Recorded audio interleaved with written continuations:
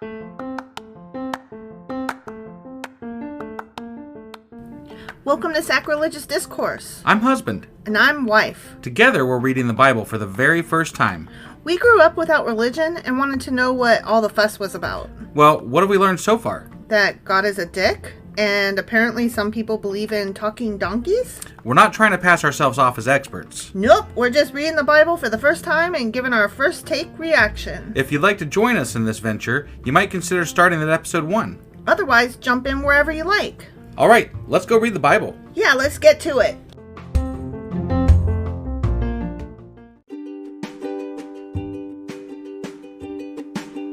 Hey wife, did you know that Anchor is sponsoring our show? Really? Don't we use Anchor to distribute our podcast on Spotify and Apple Podcasts? Yeah, and we are on just about every other platform available as well, thanks to them. Why do we use Anchor as our podcasting service? Well, they make editing and distributing our show a breeze. What if one of our listeners wants to start their own podcast? Then they should head over to anchor.fm or download the app to get started. Awesome! You guys should go do that right now!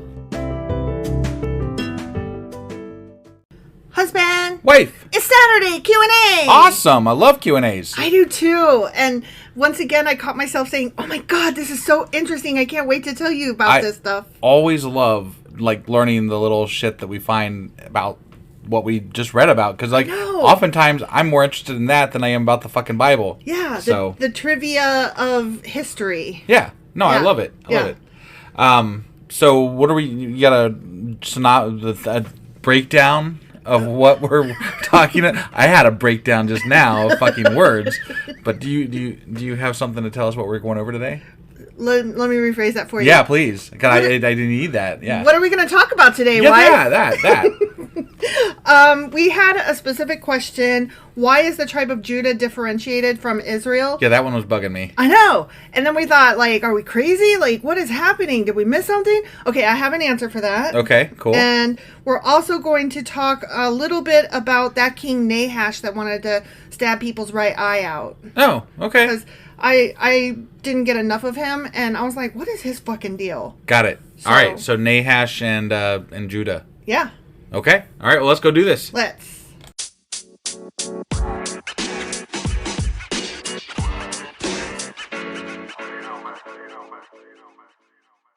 Okay, so I know that your original question was purely about tribe of Judah being differentiated from Israel. Right. But I want to start with Nahash first because A is shorter and B, while it's interesting, it's not entirely a satisfactory thing. Oh, so it's just merely interesting. So you're saving the good shit for last? Yes, that's exactly what I'm doing. Okay. That's smart. If you want to keep people listening, you got to save that good shit for the end, right? That wasn't necessarily my terms or my idea. I just wanted to get it out of the way. Okay. All right. Let me get to the good stuff. Get the worst first. Yeah. I got to eat my vegetables or whatever. Yeah, exactly. Okay.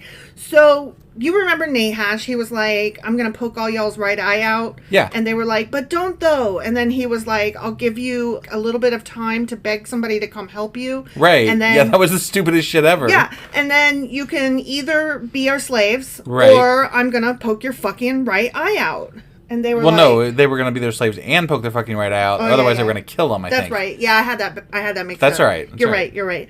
I was just trying to do a real quick refresher of what that was about. Okay, so I don't know if you recall, but there was a parentheses voice in that little section. And it was Nahash had been doing this to nations, blah, blah, blah, blah, blah. So it wasn't just them that he was doing it to. I should have probably copied down the exact whatever he said, but it was something to that effect. Okay. Yeah. To make us understand that Nahash was doing this left and right all over the country. Got it. Okay. Got it. So the strangely cruel terms that he gave were a usual practice. Historians agree that was happening. And the thing is, though, they discovered more about this when they discovered the Dead Sea Scrolls. Oh, okay. Yeah, which I'm we are so reading that when we're done with the Bible. Yeah, well, I mean, that definitely.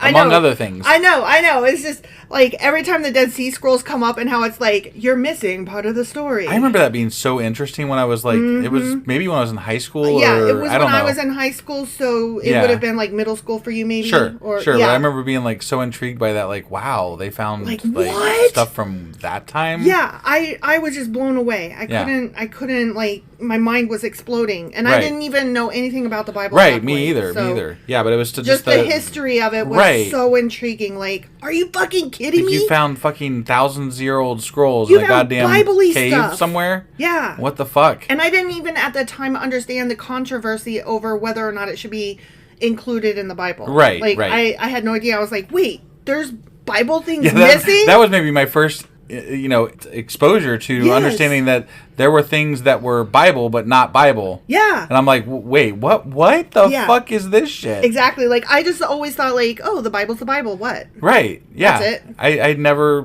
knew that before. Yeah. So I'm just really excited about whenever we do dive into the Dead Sea Scrolls. Sure. Yeah. So there was an introductory passage preceding the narrative about Nahash that was found in the copy of the books of Samuel among the scrolls that were found with the Dead Sea Scrolls. Right. Okay. I'm going to read this instead of summarizing it. It's a short paragraph just to, like, give you guys an idea of what it says. Okay. Yeah. Nahash, king of Ammonites, would put hard pressure on the descendants of Gad and the descendants of Reuben and would gouge everyone's right eye out. But no rescuer would be provided for Israel, and there was not left anyone among the children of Israel in the Jordan whose right eye Nahash, the king of Ammonites, did not gouge out. But behold, 7,000 men escaped the power of the Ammonites, and they arrived at Jabesh Gilead. About a month later, Nahash the Ammonite went up and besieged Jabesh Gilead. Huh. Okay. I wondered about that. And the reason I wondered about that is because at some point earlier, they had said that they had gouged out their eyes. Yes. And then this time they were saying that he's going to gouge out their eyes and then didn't because they won the battle. Right. And I'm like, I don't understand what is that? It seemed like that's much more clear. That makes a lot. Why didn't they include that in the fucking Bible? It seemed like Nahash came out of nowhere. Like, oh, what? Who's this guy? Yeah, no, that actually provides clarity. Exactly. Like, he had been around. So the way that scholars summarize this little passage that I just read, in other words, Nahash had conquered the tribal lands of Gad and Reuben. Yeah. And a portion of the population had fled from him to Jabesh Gilead. And that's why he laid siege to it. Got it. So he didn't just, like, pop up overnight and be like, I think I'm going to attack them. Yeah, no, that makes a lot more sense. Yes. A lot more sense. Yes. And I just thought, oh, my God, that is so interesting. And it explains, it was just a nagging thing in the back of my mind about the people that had already lost their eyes versus this thing that happened.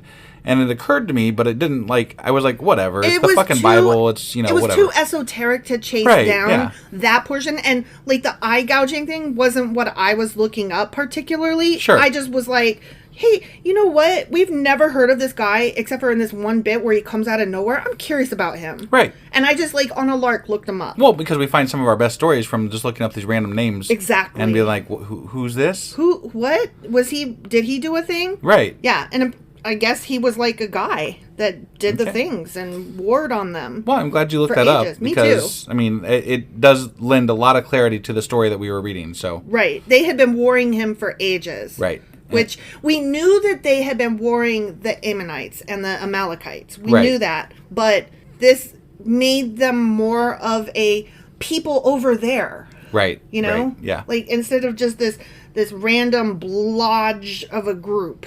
You know, right? What's a blodge exactly? It's a flump. Yeah, it's completely clear now. I know. I totally know what a flump is. It's a snarfblat. Okay. Okay. Yeah, it's getting clearer by the minute. If you have watched Little Mermaid, you know actually what a snarfblat is. I have watched it, but I don't remember that bit. Oh my God!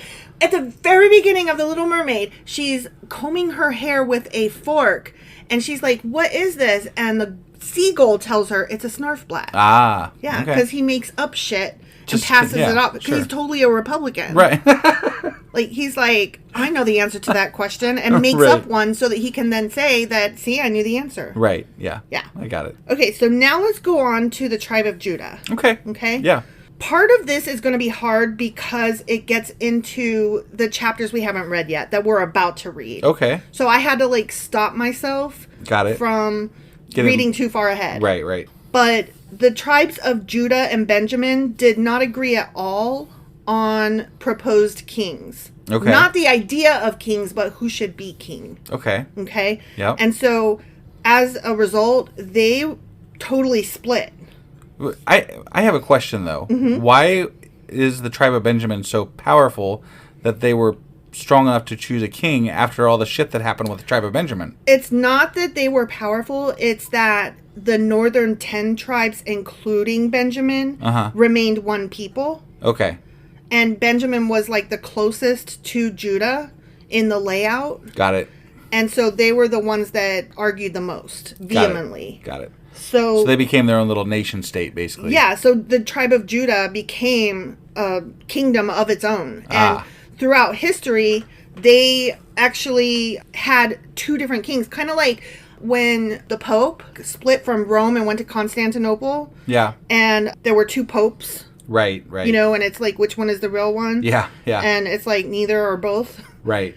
Well, that's kind of how this was. They're all Israelites, but Judah became the kingdom of Judah. That's interesting that God stayed silent on that whole matter. Right, isn't it? I mean, to me it's interesting because God apparently picks kings. Yeah. And he just let there be two kings, apparently. He did. Didn't care. Well, you know, people help themselves, etc. God's plan, I don't know. I'm not Christian, so I don't God's understand. not real, you know. Yeah. Whatever. Yeah. Okay, I'm going to get into a little bit of a history lesson here. Oh, okay. Yeah. So you know how as we go through, we learn about the different things that were actually happening in the world at that time? Yeah. So also it relates to like different portions of the Bible as how they're grouped. Okay. You know, like the Deuteronomistic history and all that, right? Yeah. There's a thing called the United Monarchy. Okay. And that's the name given to the United Israelite Kingdom of Israel and Judah during the reigns of Saul, David, and Solomon.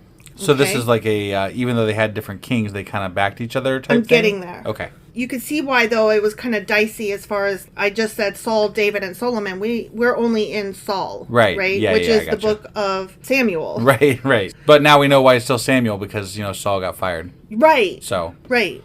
Somewhere between...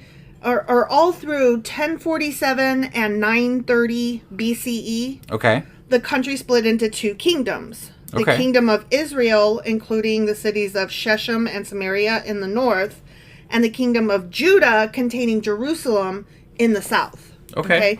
And those dates are like not nailed in stone, but generally speaking, they agree that about 930 BCE is when that happened. Okay. The split.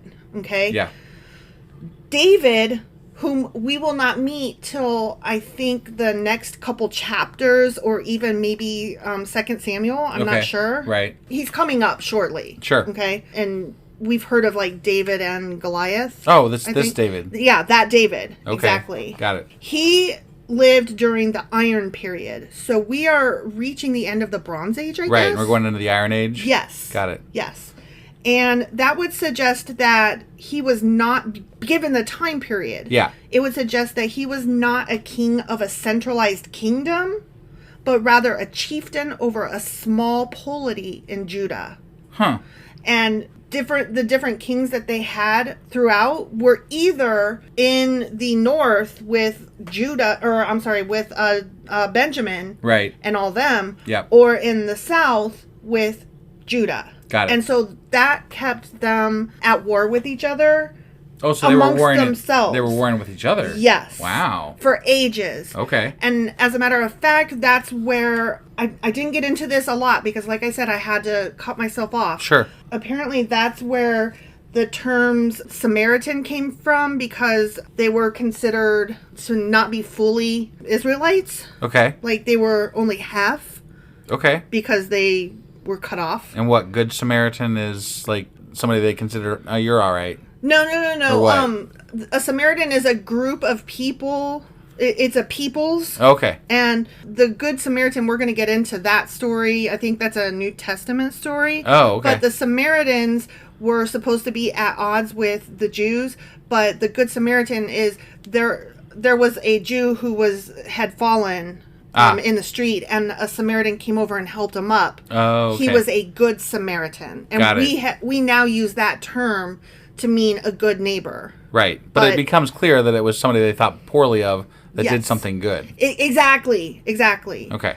And so it was used as a disparaging during this time. Right. So and I don't know why I know that Bible story, but it does kind of I didn't even know that Good Samaritan was tied to the Bible until you brought up Samaritan, and I was like, well, is that part of the Bible? Yep. And I guess maybe that's it is. Where that term comes from. Okay. It's funny because it's kind of like that one poem, a tall fence a good neighbor makes. You've heard of that poem before? No. Well, yeah, I mean, I've heard that saying before. It's from a poem, I forget, Frost Emerson, one of those great American poets, whatever.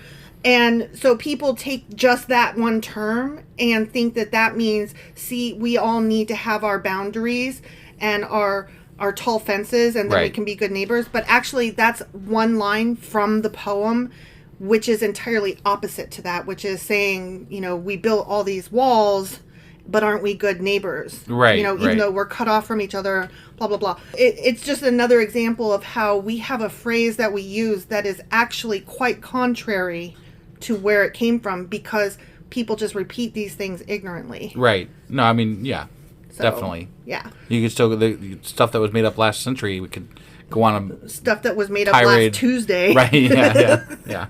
Yes. So Iron Period we're in, and so he was a chieftain over a small polity in Judah, which was disconnected from the Israelite tribes of the northern kingdom. Okay, so when we get into David, the Bible is going to have us thinking like he is the king of the Israelites. But he's not. He is, but he isn't. Right. Not all the Israelites are on board with this. He's a king of some of the Israelites, but not the other Israelites. He's a king of the smaller portion of them, the not viewed as good ones or whatever. Yeah. Okay.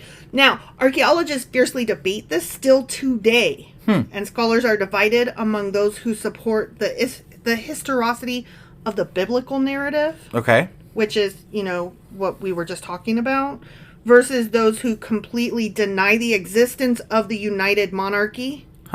And versus those who support its existence but believe that the Bible contains theological exaggerations. Got it. Okay. So the Bible exaggerates? Right? No way. So, but what that is saying is that there's a question among some scholars as to whether or not they were ever actually united. Got it. So they might have been fighting the whole time. Or didn't actually split. Or, well, I guess they did split, but... Well, some say, no, that split never happened. Okay. And others say, no, that split totally fucking happened. Got it. And I would tend to believe that because they were a warring bunch of fuckers. Yeah, they really seem like they loved killing people. They loved killing each other. Yeah, that too. And, think about how we came to the terms East Side and West Side gang. Right. Right? That was the first split. You know? Yeah. Not even the first split, but the first one where we actually named opposite sides. Well, and they apparently got left out there to die when they got attacked by this Nahash guy. Exactly. So, I totally, if I had to pick, I have no, obviously, facts to base one or the other, but if I had to pick a side, I would say that, they totally were always separated. But the Bible downplays it. Got it. Because they're all Israelites. They're the kingdom of Israel. Right. We got to play it like God didn't do anything wrong and didn't... if there's two sides, then God has to pick one. Yes. And if we don't want to pick one, we have to pretend like there's not two sides, right? Yeah. Or that it was one of those times when the two brothers were fighting. Right. But they eventually made up because Yeah. They just downplay it. Right. So according to the biblical account, the united monarchy... where they're, like one nation, was formed by a large popular expression in favor of introducing a king to rule over the decentralized Israelite Confederacy, which, we know that. That's what we read. Yeah. So, increasing pressure from the Philistines and other neighboring peoples is what forced them to unite as a state after the anointing of Saul by Samuel. That makes sense. Yeah, even if they were at war, they had to, be like, okay, but we are still Israelites, and let's kill them before we kill each other. Right, this is a higher precedent than fighting each other. Sure. Yeah. And I mean, the Bible did kind of get into that, actually. Yeah, but they didn't spell it out. They spelled out the part where they were united in getting into it with the Philistines. Yes. But they did not spell out the fact that, but they were not happy with each other. They left out the backstory. Yeah. And Israel and Judah are portrayed in later sources, like the Dead Sea Scrolls, etc. Okay. As quite distinct kingdoms. Completely separate. Interesting. So we thought maybe it was just like a weird translation or like a misreading of something somewhere, or that we didn't get it. And it turns out, no, that was a great, excellent question, because Judah was entirely separate from the rest of the fucking Israelite countries. Gotcha. Yeah. And even maybe they've, rewritten it enough to where they've tried to dull this down to make it seem like they weren't fighting at all. It wasn't that big a deal. Right. Maybe they fought a little bit, but you know. Yeah. So can you see why it doesn't fit that narrative of God very well? It really does not. But you can see why I was really excited to get into that today. Yeah. I think that these stories that come up that are out there, like the Dead Sea Scroll stuff and things that are out there in story form but not in the Bible, that are in other texts that are still available, I feel like they're not in there because they don't work with God. Well, it's God true. God is not compatible with these other stories. It's true. And they have to if they want to keep a religion, they have to have this compatible story. There was an entire book of the Bible removed by, I think, King James, if I'm not mistaken. Right. There was an entire book removed because it had mention of Jesus with a wife and children, and that did not fit their narrative of him as a spiritual son of God, like not human. He's basically God, but the human form. Yeah. Right. And that painted him as merely human, and that would threaten the power of the church over people. I'm betting in a more original text that Jesus might have been more of just a prophet than anything else. Like a serious prophet, but a prophet nonetheless. Well, I mean, that's the way the Jewish view him as he was just a prophet. Sure. He existed, he's a great dude, but he was just a prophet. Right. And there are I forget if it's the same book that was removed or if it's like a different book where it was mentioned that his wife was actually on the board of his disciples. Oh, okay. And that was it Mary Magdalene? It might have been. Okay. Might have been. That tracks, but I don't know for sure. Right, so, yeah. I don't want to get in over my head. Yeah, but we're stretching here for our knowledge here. Yeah. But they had to remove that because that would have shown that women did hold leadership positions in the time of Jesus. Right. And they could not have that. Of course not. Yeah, you got to subjugate those women. Yeah. So yeah, that's a very important thing. Yeah. Which is funny because, like, I just saw somebody shared a tweet that somebody had, tweeted. They had screenshot this, and the original tweet was this woman saying that sometimes she gets sad because her husband gets all of her paycheck and has to give her permission to spend her own money that she earns, but we are put here to serve our men and to subjugate ourselves. She used this term, subjugate ourselves to them. So I can't imagine speaking in those terms. Like, I just can't imagine that. I have to subjugate myself to you. I mean, we have you and I have an agreement that we share all expenses and share all purchases, and we talk about all of our things, but even if we didn't do that and we had separate money, I can't imagine saying, I'm getting all your money and I'm going to take care of it and you're just going to work for me. Like, my best friend and her husband, they both work full time and they both have separate accounts and separate credit cards and everything. Right. But they split up who pays for what bills and, who takes care of what. And they are in conversation about these things regularly. And it's not that he gets her money or he takes her money. Right. Because she, for quite some time was making more money than he was. So it would I'm sorry, what? Excuse you? Right. So, and they're older millennials, so like this younger generation, more and more women, I'm so glad to see, are like taking control of their own finances, not in a I'll be in charge of the whole thing kind of way, but just in a I can do this myself, thank you. Yeah. No, and it makes for a better partnership. Definitely.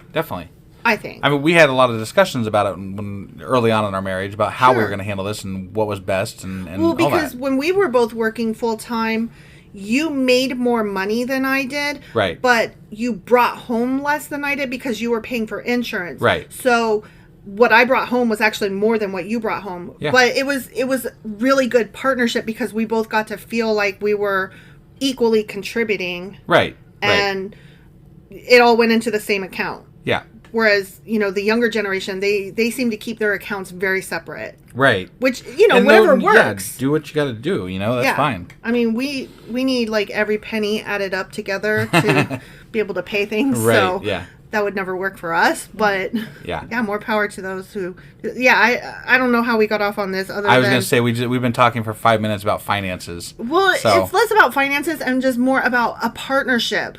And not just a partnership between a husband and wife, but a partnership between anybody in any relationship ever. You should be equal. Nobody should subjugate themselves. Right. And if you find yourself in a situation where you are giving up your rights or your monies to your partner, whether they are same sex or otherwise, not, you need to seriously question what you're wanting out of your life and your situation. Right. Yeah. So, I agree. There's that. So that's about all we had today then? Yes. Sorry. That's all we I was just so psyched that I'm like... Right. No, I got you. Sorry.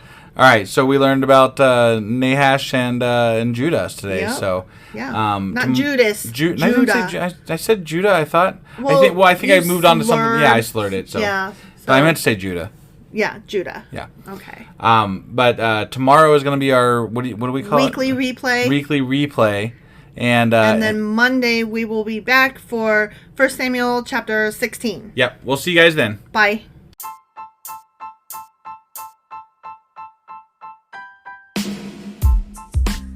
Hey, wife. I guess that's the end. But husband, that's just sad. It doesn't have to be. We are on lots of social media platforms like Twitter.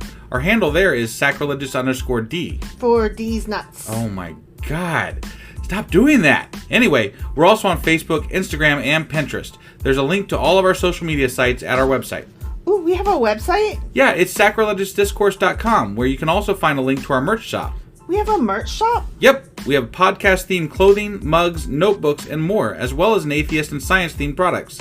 Wow, our fans should really go check that out right now. Definitely. They can get in touch with us by sending an email to sacrilegiousdiscourse@gmail.com. But before they do that, we could really use some help. Oh yeah? With what? Well, it's not free running the podcast, and we need some financial support in order to get better equipment, which will free up time so we can concentrate on our podcast and our fans. Okay, so what should they do? Head over to patreon.com/sacrilegiousdiscourse and sign up as a contributor on our podcast. Supporters there receive additional bi-weekly episodes that we record just for our Patreon members for as little as $2 a month. Also, we'd really appreciate it if you would like and subscribe on whatever platform you're using. And Apple Podcast reviews help us out tremendously. Like and subscribe. Leave an Apple review. Join us on Twitter. Support us on Patreon. That's a lot of instructions. Don't forget to say thanks. Thanks. Okay, bye.